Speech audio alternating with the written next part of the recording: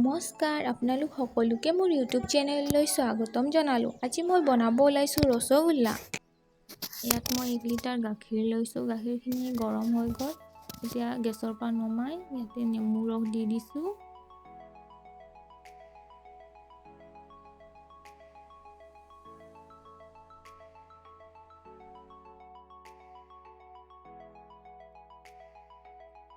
গাখীৰখিনি ফাটি গ'ল। এতিয়া মই কটনৰ কাপোৰ এখনত এনেদৰে গাখীৰখিনি ঢালি দিছোঁ। এতিয়া মই ঠাণ্ডা পানীৰে এইখিনি ধুই দিছোঁ যাতে ইয়াৰ পৰা নেমুৰ ৰসটো আৰু টেঙাটো গুচি যায়।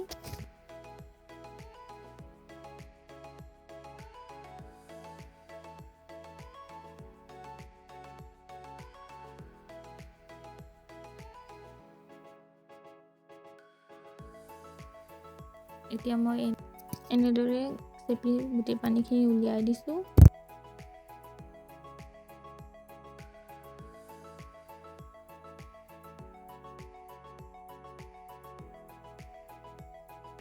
প্লেট এখনৰ ওপৰত চানাখিনি থৈ আকৌ এখন প্লেট দি ইয়াৰ ওপৰত ভাৰী বস্তু উঠাই দিছোঁ যাতে পানীখিনি সম্পূৰ্ণ ওলাই যায়।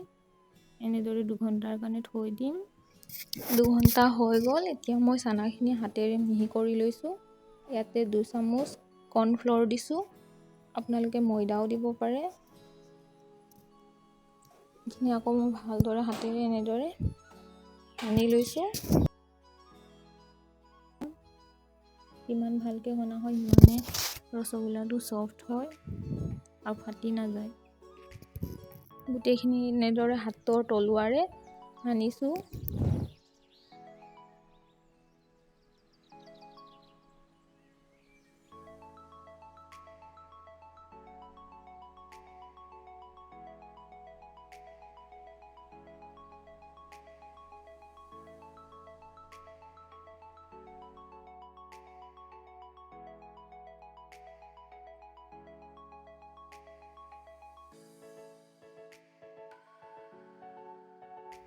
এইখিনি সানি হৈ গ'ল।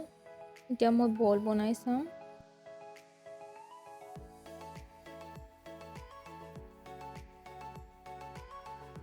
এয়া চাওকচোন, বলটো ধুনীয়াকৈ গোল হৈছে। বাকী কেইটা বলো মই এনেদৰে বনাই লওঁ।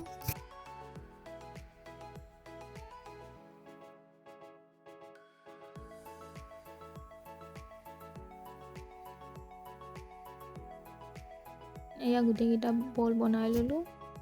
এতিয়া মই চুগাৰ চিৰাপ বনাবৰ কাৰণে ইয়াত 4 কাপ পানী দিছোঁ চাহৰ কাপেৰে আৰু ইয়াত 3 কাপ চেনি দিছোঁ।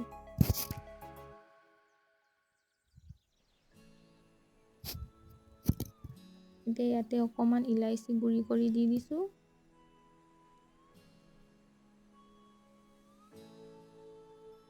চুগাৰ চিৰাপখিনি হৈ গ'ল। এতিয়া মই ইয়াতে বল কেইটা দি দিছোঁ।